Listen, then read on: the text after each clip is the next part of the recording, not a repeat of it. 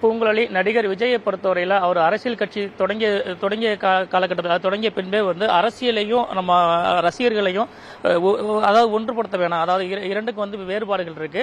நம்ம அரசியல் கட்சியை தொடங்கிய பின்பு அதற்கான செயல்பாடுகள் வேற, அதே ரசிகர்களாக இருக்கும்போது அதற்கான செயல்பாடுகள் வேறு என்று தான் தொடர்ந்து ஏற்கனவே அறிவுறுத்தி வந்திருக்காரு. அதன் அடிப்படையில் தான் அவரோட கோட் திரைப்படம் நாளை புதுக்கோட்டையில் வெளியிடப்பட இருக்கு. இதனை முன்னிட்டு புதுக்கோட்டையில் அந்த படம் வெளியாக உள்ள 2 திரையரங்குகளிலுமே பாத்தீங்கன்னா பிரம்மாண்ட பேனர்களை விஜய் ரசிகர்கள் வச்சிருக்காங்க. நம்ம நிற்கக்கூடிய இடம் புதுக்கோட்டை பழைய பேருந்து நிலையம் அருகே உள்ள ஒரு திரையரங்கு முன்பாக தான் நிற்கிறோம். இங்க பிரம்மாண்டமான பேனர்கள்லாம் வச்சிருக்காங்க. ஆனா அந்த பேனர்களை பாத்தீங்கன்னா எந்த ஒரு இடத்துலையுமே விஜயின் அரசியல் கட்சியான தமிழக வெற்றி கழகத்தின் பெயரை குறிப்பிடல. அதே போல அரசியல் சார்ந்த வாசகங்கள் எங்கேயுமே இடம்பெறல. மிகுந்த கவனமா அவங்க புதுக்கோட்டை மாவட்ட தலைமை தளபதி விஜய் மக்கள் இயக்கம், அதே போல தலைமை மாணவரணி தளபதி விஜய் மக்கள் இயக்கம் உள்ளிட்ட அந்த ஏற்கனவே ரசிகர் மன்றங்களாக இருந்த அந்த அமைப்புக்குள் பெயரை மட்டுமே தான் குறிப்பிட்டிருக்காங்க.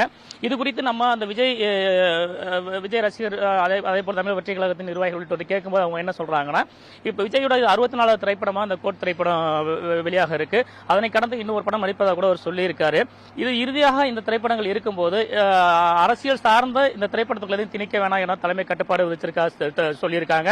அதே போல அரசியல் சார்ந்த வாசகங்கள் எதுவுமே இடம்பெற வேண்டாம். அரசியல் சார்ந்த எந்த ஒரு யாரை தாக்குவது போலவோ அல்லது அரசியல் சார்ந்த வாசகங்கள் இடம்பெறாமல் பேனர் வைக்க அறிவுறுத்தியாக கூறப்படுகிறது.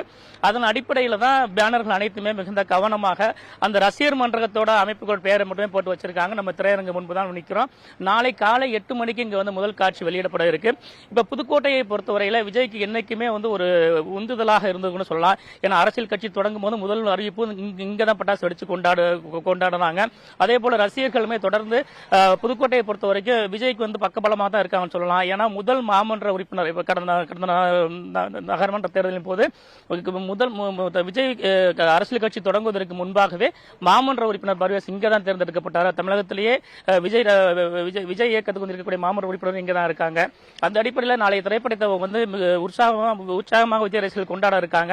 அதே நேரத்தில் தலைமை அறிவுறுத்தி உள்ளதன் அடிப்படையில் மிகுந்த கவனமாக அரசியல் கட்சியின் பெயரை பயன்படுத்தாமலும் அதே போல அரசியல் சார்ந்த வாசகங்கள் இடம்பெறாமலும் அவங்களோட பேனர்கள் அனைத்தும் அமைக்கப்பட்டு வருது. பூங்குழலி, தகவல்களை வழங்கியமைக்கு நன்றி முத்துப்பழம்பதி.